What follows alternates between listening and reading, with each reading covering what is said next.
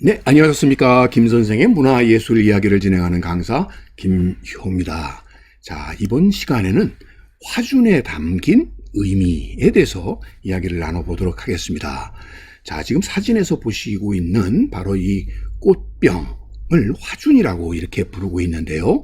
자, 이런 항아리에 담겨져 있는 바로 이 꽃을 의미하는데, 지금 이곳이 놓인 자리가 저 뒤에 지금 보시는 것처럼 1월 오봉도가 그려져 있는 걸 통해서 이것이 임금님의 어좌의 좌우에 놓여져 있는 꽃병을 화준이다, 이렇게 이해를 하시면 되겠습니다. 자, 일반적으로 이렇게 잔치를 할 때에도 좌우에 이렇게 꽃 항아리가 놓여지게 되었으니 이를 화준이라고 부르고 있습니다.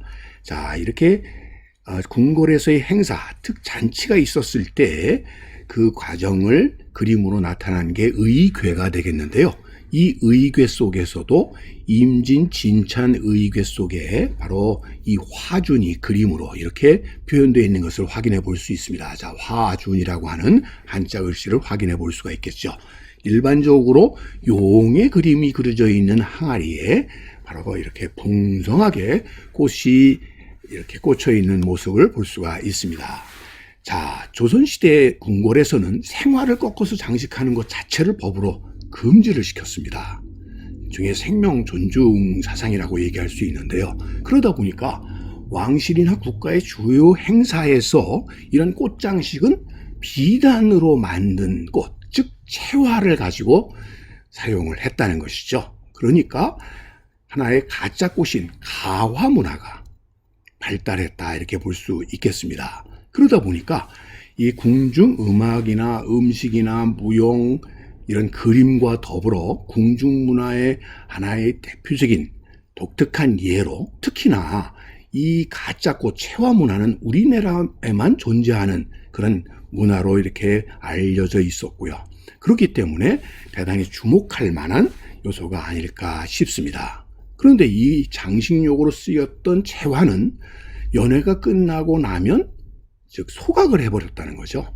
그러다 보니까 이 당시에 사용했었던 가화가 지금까지 이렇게 전해져 내려오기는 어렵고, 또 이러한 기능들이 어떤 의미에서는 잘 전승되어 오기 어려운 부분이 있었다, 이렇게 볼 수 있겠습니다. 자, 임금님의 어좌와 그 뒤에 1월 오봉도의 모습을 볼 수가 있는데, 그곳의 좌우에 이렇게 놓여졌던 것을 홍도와 벽도, 그러니까 여기서는 복숭아 꽃이 되겠는데요. 붉은 복숭아와 흰 복숭아 꽃을 이렇게 좌우에 두었다고 하는 것이죠. 자, 보면은 이렇게 나이 많으신 노인분들을 모셨던 이런 기로연 잔치에서도 이런 장식들이 지금처럼 이렇게 꺾꽂이로 생화를 사용한 것이 아니라 다 채화라고 하는 이런 가짜 꽃을 사용하게 되었다는 것이고요. 그것이 받침으로 사용되게 되는 바로 이 항아리의 경우도 특별히 용무늬가 새겨졌다는 거죠. 그 용무늬라고 하는 것부터가 바로 이 왕을 상징하는 것이다 보니까 결국 이런 왕의 상징에 이런 항아리에 이런 채화가 담겼다, 이렇게 보시면 되겠습니다. 자, 구름과 용의 문양들이 이렇게 새겨진 항아리에 사용이 되어서 어좌의 양쪽에, 자, 그래서 이 임금님 왼편에는 이런 홍도, 오른편에는 백도가 이렇게 채화로서 꽂혀지게 되었다는 것이죠.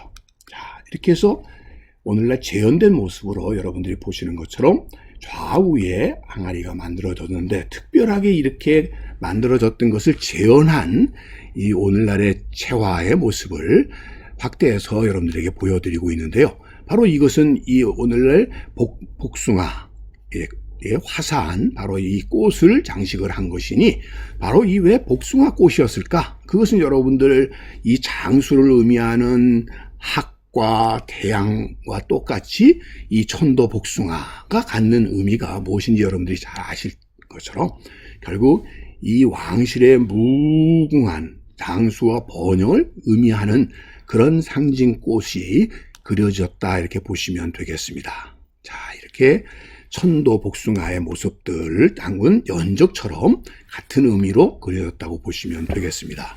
결론으로 시들지 않는 채화, 영원 불멸의 평화와 장수와 건강이라고 하는 것을 비는 의미에서 만들어진 것이 화준이다, 이렇게 보시면 되겠습니다. 무려 2,000송이가 넘는 채화를 사용했고 거기다가 또 예쁜 새와 나비, 학, 공작, 몽황, 까투리 등의 장식들이 붙어서 한마디로 아주 화려찬란한, 그래서 경사스러운 잔치에 어울릴 만한 꽃 항아리를 바로 화준이라고 하는 이런 채화를 통한 방식으로 표현해냈다고 보시면 되겠습니다. 뿐만 아니라 잔치에서 쓰여졌던 이런 상에도 꽃을 장식을 하게 되고요. 소위 그 지당판이라고 해서 무용수들이 빙빙 도는 그 가운데에 사용된 곳에도 이런 채화가 사용됐다는 것을 알 수가 있습니다.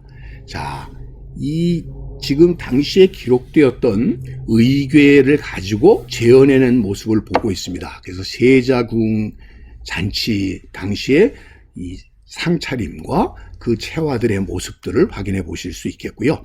자, 이것도 1월 오봉들을 배경으로 해가지고 이렇게 잔치에 사용되었었던 각종 채화의 장식들을 정말 화려함을 확인해 볼 수가 있겠습니다.